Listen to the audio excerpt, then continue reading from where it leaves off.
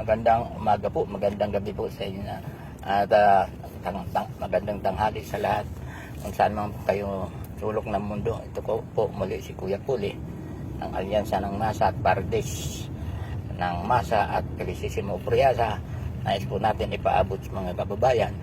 Itong araw na ito ay isang makasaysayan sa ating mga sahanay mula sa laylayan ng ating lipunan, na kung saan ay magpapasimula yung ating kasalukuyan administration ng pagbibigay ng pagbibinta ng murang bigas sa mga kababayan natin, lalong-lalo na sa parte sa Bisayaan. Mga kababayan, ito po ay malaking bagay sa hanay natin. At, pero kailangan po ito ay talaga tayong mamamayan, bantayan po natin, dahil nakakapagtaka at napapansin ko at maraming nakakapansin dito sa